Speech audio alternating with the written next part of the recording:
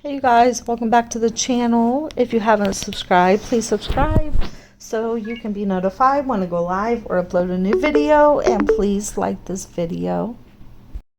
I want to thank you guys so much for joining me again on video number 6, Bible study. We have already been through Jacob running out of his father-in-law Laban's household. He took his wives with him.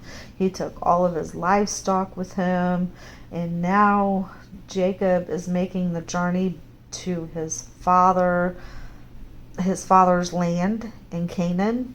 And along the way he wrestles with God. He pretty much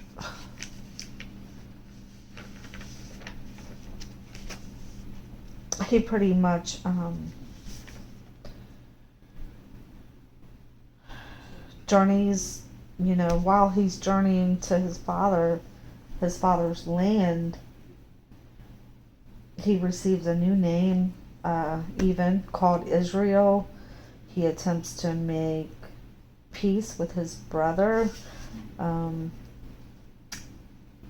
Esau, Jacob's brother, controls different regions, and Jacob knew he would have to travel through these regions in order to get back to his father's land. And you could probably imagine what that was like for him. He had to, like I said, he had to. Back in the day, when Jacob took Esau's birthright, that was a big thing. Even though Esau really technically didn't want his birthright, at the time his father was passing away and was trying to give Esau his birthright, Esau wanted his birthright at that time. Although he didn't want it earlier, before that, he did eventually want his birthright. And Jacob pretty much stole that birthright from him. He tricked him out of it. He tricked his father out of it, giving it to Esau. And Jacob knows that he has to travel through these regions that belong to his brother. And so when he sends servants to pretty much try to make, ask Esau for his mercy, and he even tries to gift him, giving him presents. And so we are going to go ahead and we're going to begin with chapter 32, Genesis 32. And so let's begin. So Jacob went on his way, and the angels of God met him. When Jacob saw them, he said, "This is God's camp," and he called the name of that place Mahanaim. Then Jacob sent messengers before him to Esau his brother in the land of Seir, the country of Edom. And he commanded them, saying, "Speak to my lord Esau. Thus your servant Jacob says, I have dwelt with Laban and stayed there until now."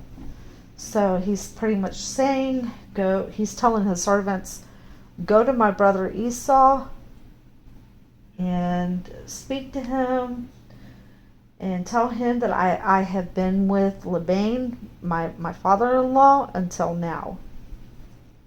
I have oxen. Tell him that I have oxen, donkeys, flocks, male and female servants, and I have sent to tell my lord that I may find favor in your sight. Then the messengers returned to Jacob, saying, "We came to your brother Esau, and he also is coming to meet you, and 400 men are with him." So you can imagine Jacob, he must have been very afraid at that news that his brother was coming to meet him and that he had 400 men with him.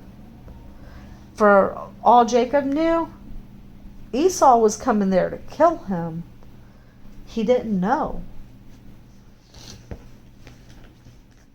So Jacob was greatly afraid and distressed, and he divided the people that were with him and the flocks and herds and camels into 2 companies. And he said, if Esau comes to the one company and attacks it, then the other company which is left will escape. Then Jacob said, O God of my father Abraham and God of my father Isaac, the Lord who said to me, return to your country and to your family, and I will deal well with you. I am not worthy of the least of all the mercies and of all the truth which you have shown your servant, for I crossed over this Jordan with my staff, and now I have become 2 companies. Deliver me, I pray, from the hand of my brother, from the hand of Esau, for I fear lest he come and attack me, and the mother with the children. For you said, I will surely treat you well, and make your descendants as the sand of the sea, which cannot be numbered for multitude. So he lodged there that same night, and took what came to his hand as a present for Esau his brother, 200 female goats and 20 male goats, 200 ewes and 20 rams. So you can see that when Jacob left his father-in-law, he had hundreds of flock with him. He had hundreds of livestock with him. I don't know, that must have been, oh, and then all the servants he had too. I mean, it must have been something else to see all that livestock lined up just following after, Then he delivered them to the hand of his servant. Every drove by itself, and said to his servants, pass over before me, and put some distance between successive droves. And he commanded the first one, saying, when Esau my brother meets you and asks you, saying, to whom do you belong, and where are you going? Whose are these in front of you? Then you shall say, they are your servant Jacob's. It is a present sent to my lord Esau, and behold, he also is behind us. So he commanded the second, the third, and all who followed the drove, saying, in this manner you shall speak to Esau when you find him. And also say, behold, your servant Jacob is behind us.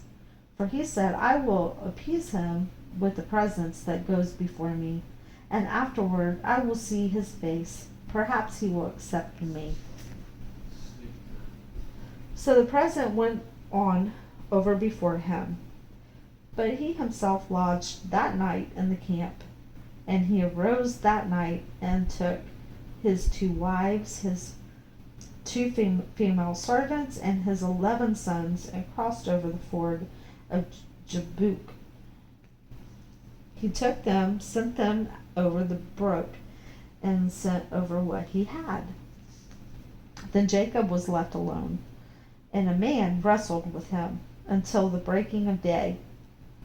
Now when he saw that he did not prevail against him, he touched the socket of his hip, and the socket of Jacob's hip was out of joint, and he wrestled with him. And he said, let me go, for the day breaks. So Jacob and this man, which was likely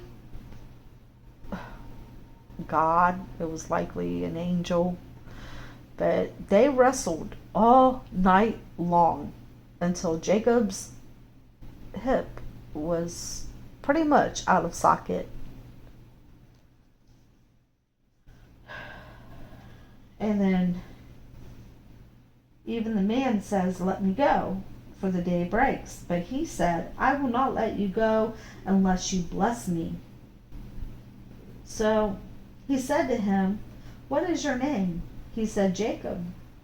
And he said, "Your name shall no longer be called Jacob, but Israel, for you have struggled with God and with men and have prevailed." So because Jacob, let's be honest, Jacob was not a very good person. He was a liar, he was a deceiver, he was a con artist, and his life was just one great big struggle. One freaking great big struggle after another. And a lot of us, how many of us have literally just felt like every day is just a struggle? We struggle to get up in the morning because for whatever reason. But it's just, there's just, it seems like everything has to be so hard. Why cannot something just go easy for once? And it seems like we're always struggling. Well, with Jacob, he struggled with God. He struggled with men. And because he this particular night, he struggled all night long, even pulling a hip out of socket, and he was not going to let go. He was not going to let go until he had his blessing. And so then Jacob asked, saying, "Tell me your name, I pray." And he said, "Why is it that you ask about my name?" And he blessed him there. So Jacob called the name of the place Peniel, for I have seen God face to face, and my life is preserved. Just as he crossed over Peniel, the sun rose on him, and he limped on his hip. Therefore, to this day, the children of Israel do not eat the muscle that shrank, which is on the hip socket, because he touched the socket of Jacob's hip and the muscle that shrank. Now Jacob lifted his eyes and looked, and there Esau was coming, and with him were 400 men.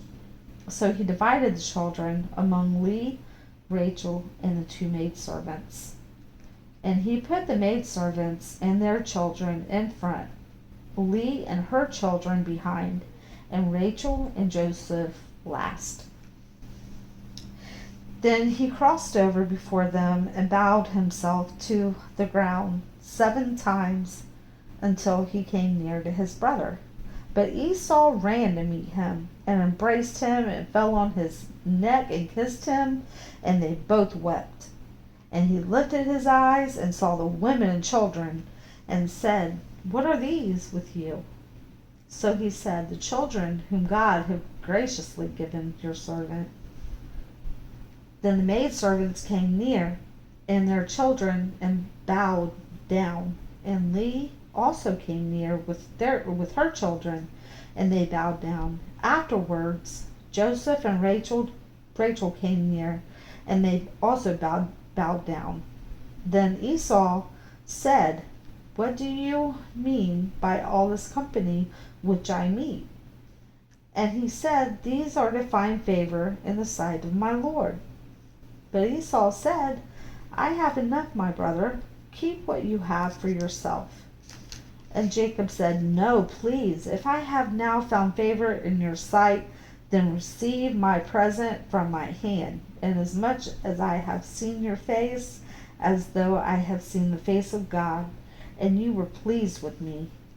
Please take my blessing that it brought to you, because God has dealt graciously with me, and because I have enough." So he urged him, and he took it. Then Esau said, "Let us take our journey. Let us go, and I will go before you." But Jacob said to him, "My Lord knows that the children are weak, and the flocks and herds which are nursing are with me. And if the men should drive them hard one day, all the flocks will die.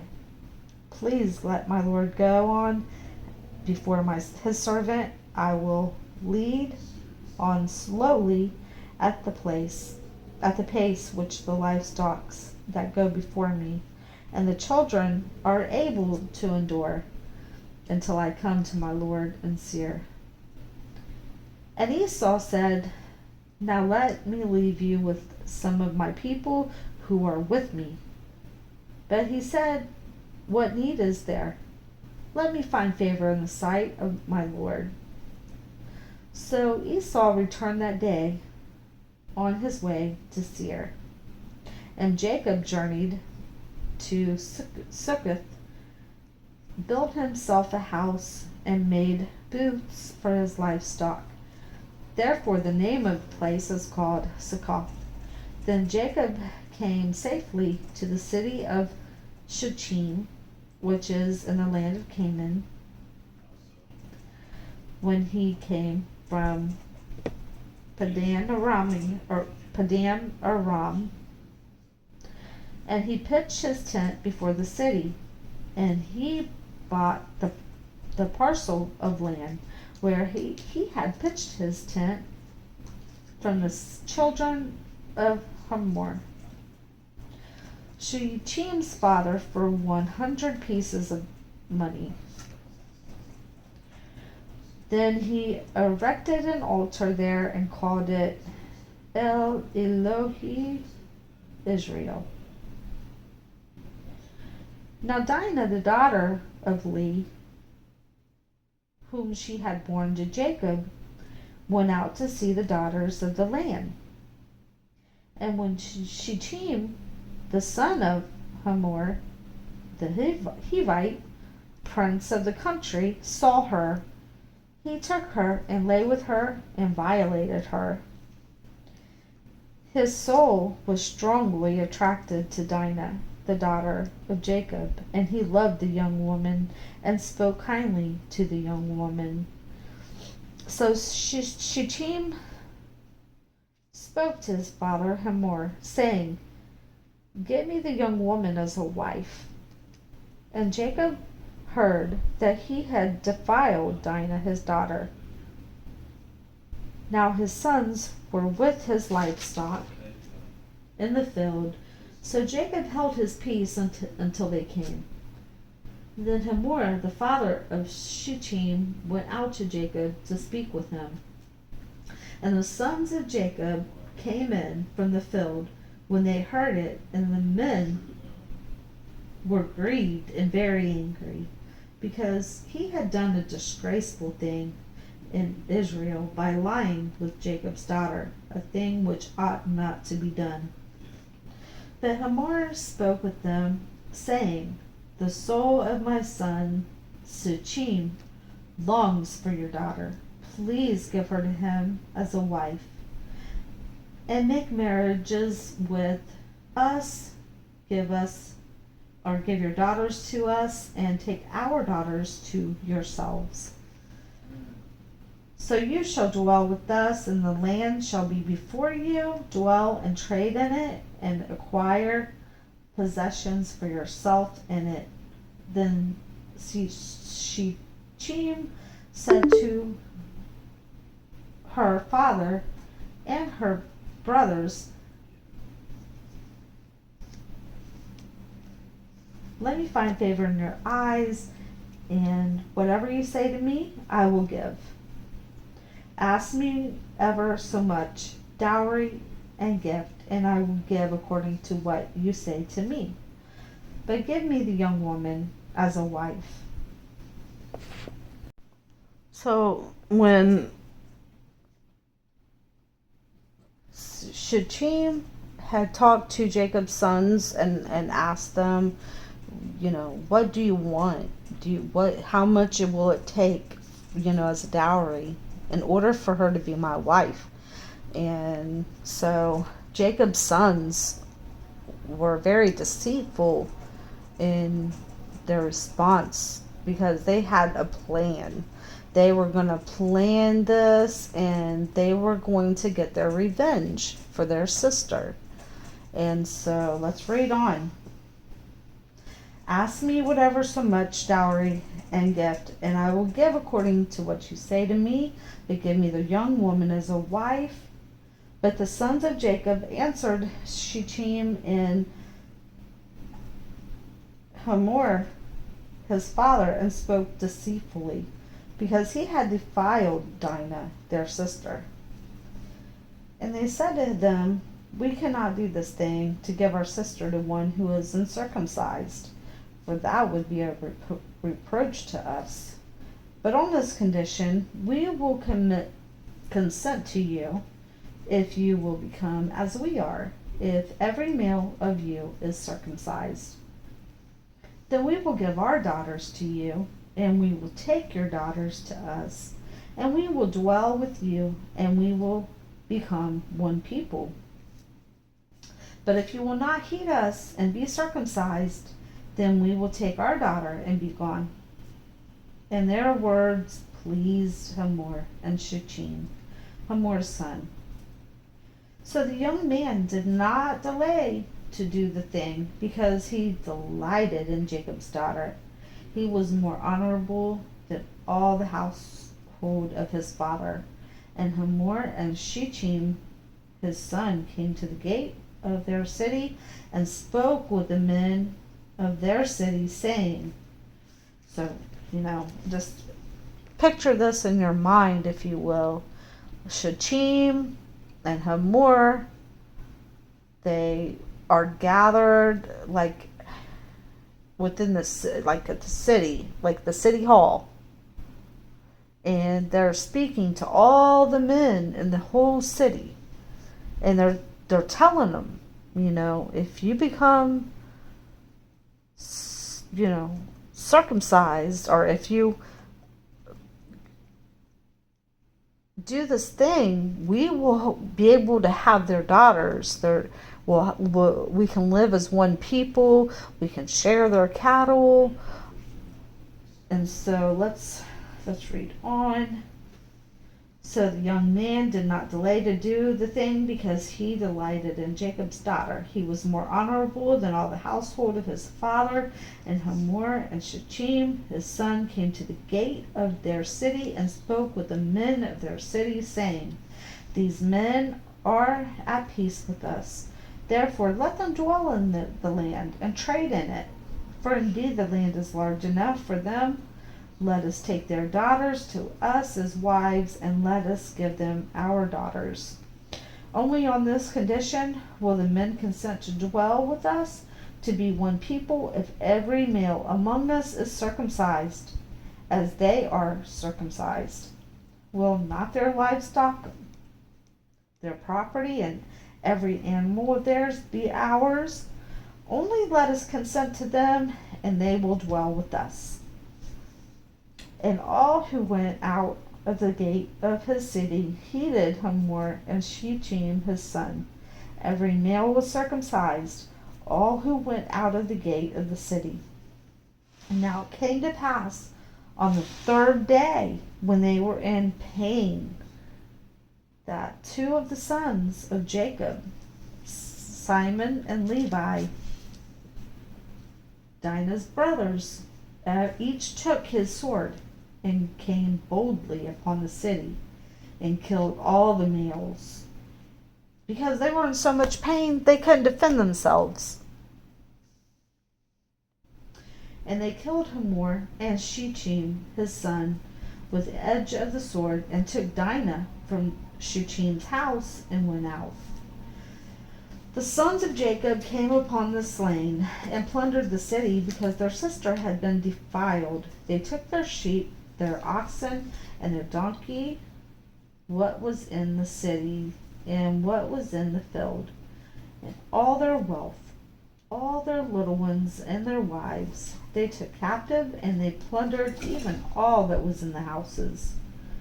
Then Jacob said to Simon and Levi, "You have troubled me by making me obnoxious among the inhabitants of the land, among the Canaanites and the Perizzites. And since I am few in number, they will gather themselves together against me and kill me. I shall be destroyed, and my household and I." But they said, "Should he treat our sister like a harlot?" Then God said to Jacob, "Arise, go up to Bethel, and dwell there, and make an altar there to God who appeared to you when you fled from the face of Esau your brother." And Jacob said to his household and all who were with him, "Put away the foreign gods that are among you, purify yourselves, and change your garments. Then let us arise and go up to Bethel, and I will make an altar there to God, who answered me in the day of my distress, and had been with me in the way which I had gone." So they gave Jacob all the foreign gods which were in their hands, and the earrings which were in their ears, and Jacob hid them under the terebinth tree which was by Shittim. And they journeyed, and the terror of God was upon the cities that were all around them, and they did not pursue the sons of Jacob. So Jacob came to Luz, that is Bethel, which is in the land of Canaan, he and all the people who were with him. And he built an altar there and called the place El Bethel, because there God appeared to him when he fled from the face of his brother. Now Deborah, Rebekah's nurse, died, and she was buried below Bethel under the terebinth tree. So the name of it was called Elon Beth-Youth. I hope I said that right. Then God appeared to Jacob again when he came from Padan Aram, and blessed him. And God said to him, "Your name is Jacob. Your name shall not be called Jacob any more, but Israel shall be your name." So he called his name Israel. Also God said to him, "I am God Almighty. Be fruitful and multiply. A nation and a company of nations shall proceed from you, and kings shall come from your body. The land which I gave Abraham and Isaac, I give to you and to your descendants. After you, I give this land." Then God went up from him in the place where he talked with him. So Jacob set up a pillar in the place where he talked with him, a pillar of stones. He poured a drink offering on it, and he poured oil on it. And Jacob called the name of the place where God spoke with him Bethel. Then they journeyed from Bethel, and when there was but a little distance to go to Ephrath, Rachel labored in childbirth, and she had a hard labor. Now it came to pass, when she was in hard labor, that the midwife said to her, "Do not fear, you will have this son also." And so it was, as her soul was departing, for she died, that she called his name Benoni. But his father called him Benjamin. So Rachel died and was buried on the way to Ephrath, that is Bethlehem. And Jacob set a pillar on her grave, which is the pillar of Rachel's grave to this day. Then Israel journeyed and pitched his tent beyond the tower of Eder.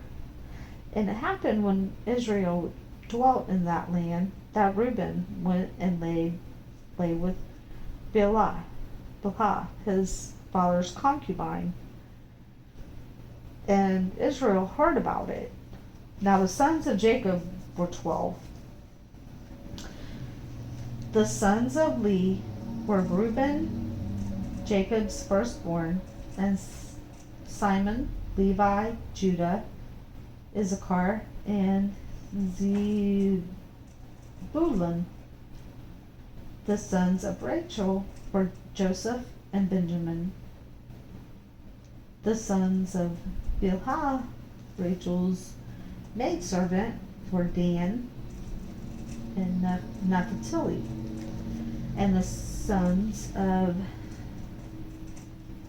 Zilpah, Leah's maidservant, were Gad and Asher. These were the sons of Jacob, who were born to him in Padan Aram. Then Jacob came to his father Isaac at Mamre, which is Hebron, where Abraham and Isaac had dwelt. Now the days of Isaac were 180 years. So Isaac breathed his last and died, and was gathered to his people, being old and full of days. And his sons Esau and Jacob buried him. Now this is the genealogy of Esau, who is Edom. Esau took his wife from the daughter of Canaan, Adah, the daughter of Elon, the Hittite, and Aholhamah, the daughter of Anah, the daughter of Zibeon, the Hivite, and Basemath, Ishmael's daughter, sister of Nebajoth. Now Adah bore Eliphaz to Esau, and Basemath bore Reuel. Sorry, I hope I'm saying his names right. And Holabama bore Jeush, Jalam, and Korah. These were the sons of Esau, who were born to him in the land of Canaan. Then Esau took his wives, his sons, his daughters, and all the persons of his household, his cattle, and all his animals, and all his goods which he had gained in the land of Canaan, and went to a country away from the presence of his brother Jacob. For their possessions were too great for them to dwell together, and the land where they were strangers could not support them because of their livestock. So Esau dwelt in Mount Seir. Esau is Edom. And this is the genealogy of Esau, the father of the Edomites in Mount Seir. These were the names of Esau's sons. Eliphaz, the son of Adah, the wife of Esau, and Reuel, the son of Basemath, okay, sorry if I'm misspelling that, the wife of Esau. And let's see, the sons of Eliphaz were Timon, Omar, Zepho, Gatam, and Kenaz. I believe it's Kenaz. Now, Tanah was the concubine of Eliphaz, Esau's son, and she bore Amalek to Eliphaz. There were sons of Adah, Esau's wife. These were the sons of Reuel. Okay, you know how I am with these names. So we are going to You can read this if you want to.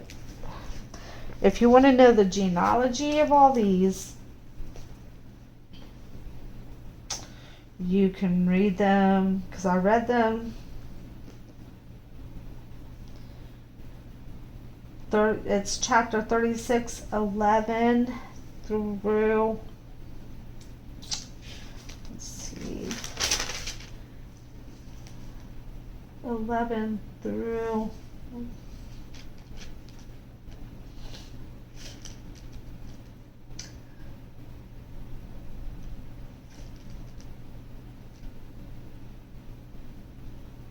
43. So we will begin with chapter 37. And so if you want to read verse 13 through 43, these are all the genealogies of who bore who from Esau. So we're going to start with 37, verse 1. Now Jacob dwelt in the land where his father was a stranger, in the land of Canaan. This is the history of Jacob.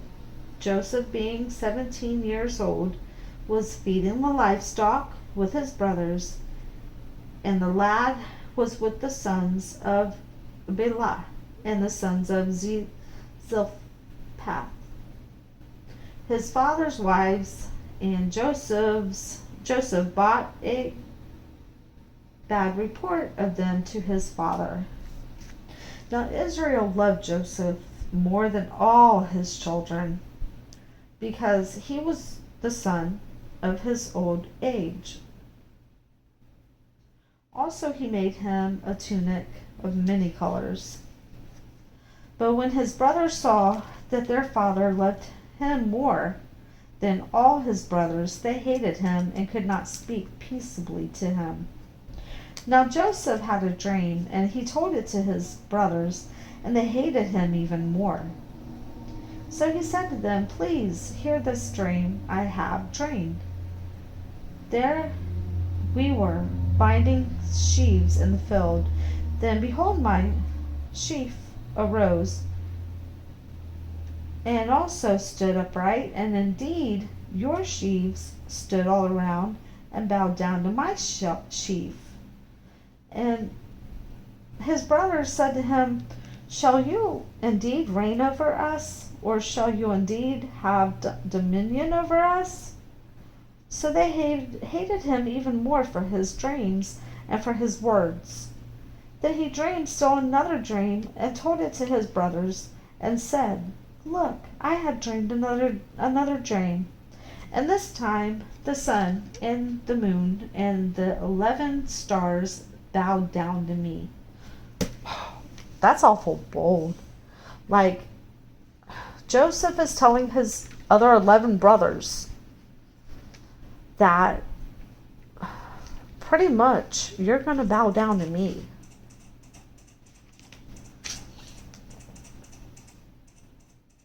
So he told it to his father and his brothers, and his father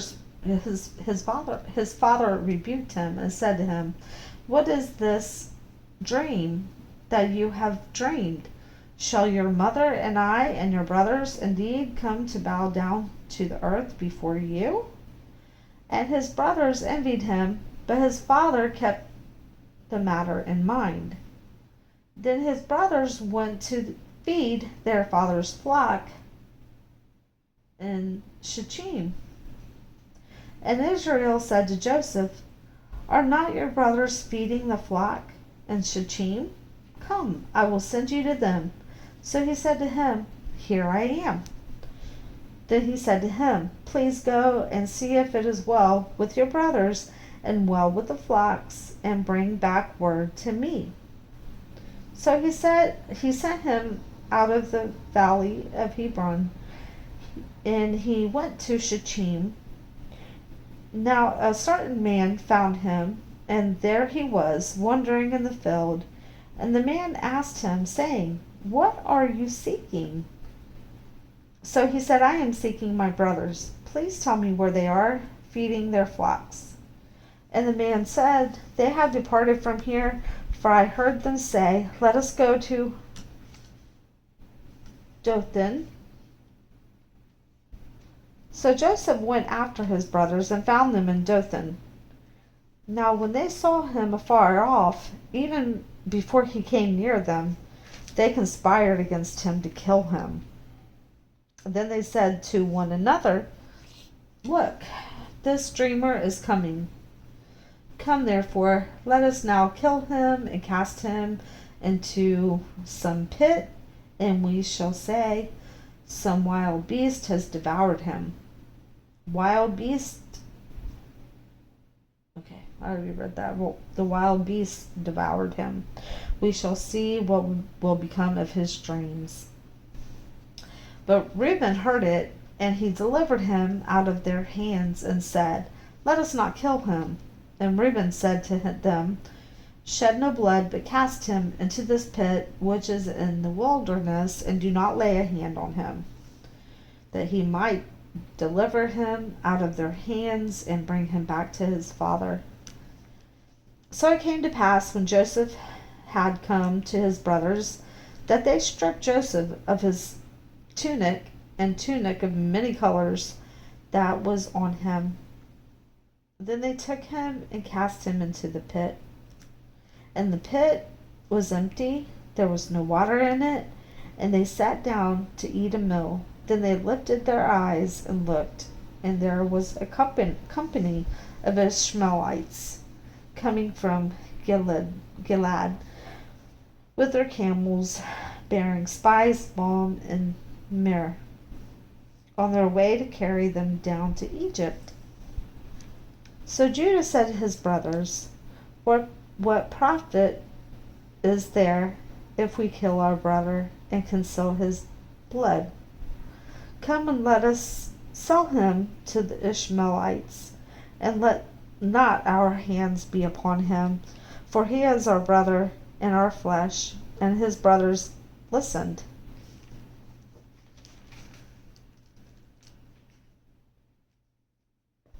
The Midianite traders passed by. So the brothers pulled Joseph up and lifted him out of the pit and sold him to the Ishmaelites for 20 shekels of silver. And they took Joseph to Egypt. Then Reuben returned to the pit, and indeed Joseph was not in the pit, and he tore his clothes. And he returned to his brothers and said, "The lad is no more, and I, where shall I go?" So they took Joseph's tunic, killed a kid of the goats, and dipped the tunic in the blood. Then they sent the tunic of many colors, and they brought it to their father and said, "We have found this. Do you know whether it is your son's tunic or not?" And he recognized it and said, "It is my son's tunic. A wild beast has devoured him. Without doubt, Joseph is torn to pieces." Then Jacob tore his clothes, put sackcloths on his waist, and mourned for his son many days. And all his sons and all his daughters arose to comfort him, and he refused to be comforted. And he said, "For I shall go down into the grave to my son in mourning." Thus his father wept for him. Now the Midianites had sold him in Egypt to Potiphar, an officer of Pharaoh and captain of the guard. It came to pass at that time that Judah departed from his brothers and visited a certain Adullamite whose name was Hirah. And Judah saw there a daughter of a certain Canaanite whose name was Shua, and he married her and went into her. So she conceived and bore a son, and he called his name Ir. She conceived again and bore a son, and she called his name Onan. And she conceived yet again and bore a son, and called his name Shelah. And he was at Chizib when she bore him. Then Judah took a wife for Ir, his firstborn, and her name was Tamar. But Ir, Judah's firstborn, was wicked in the sight of the Lord, and the Lord killed him. And Judah said to Onan, "Go in to your brother's wife and marry her, and raise up an heir to your brother." But Onan knew that the heir would not be his, and it came to pass when he went in to his brother's wife that he admitted on the ground lest he should give an heir to his brother. And the thing which he did displeased the Lord, therefore he killed him also.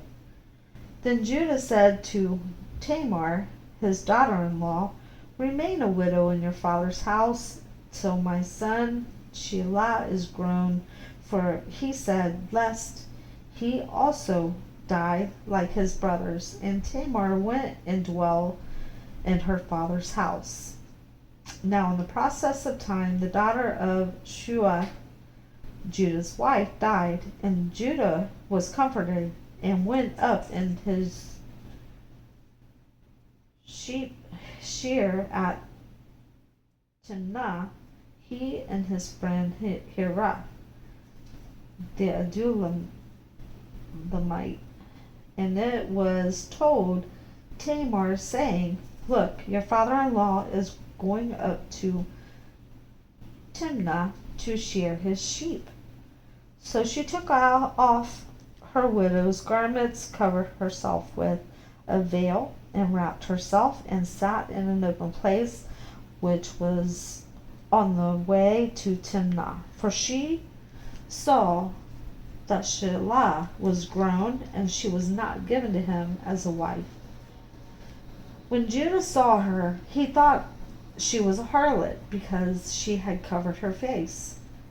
Then he turned to her by the way, and said, "Please let me come into you," for he did not know that she was his daughter-in-law. So she said, "What will you give me, that you may come into me?" And he said, "I will send a young goat from the flock." So she said, "Will you give me a pledge till you send it?" Then he said, "What pledge shall I give you?" So she said, "Your signet and cord in your staff that is in your hand." Then he gave them to her, and went into her, and she conceived by him. So she arose and went away, and laid aside her veil, and put on the garments of her widowhood. And Judah sent the young goat by the hand of his friend, the Adulamite, to receive his pledge from the woman's hand, but he did not find her. Then he asked the men of that place, saying, "Where is the harlot who was openly by the roadside?" And they said, "There was no harlot in this place." So he returned to Judah and said, "I cannot find her." Also the men of the place said, "There was no harlot in this place." Then Judah said, "Let her take them for herself, lest we be shamed, for I sent this young goat, and you have not found her."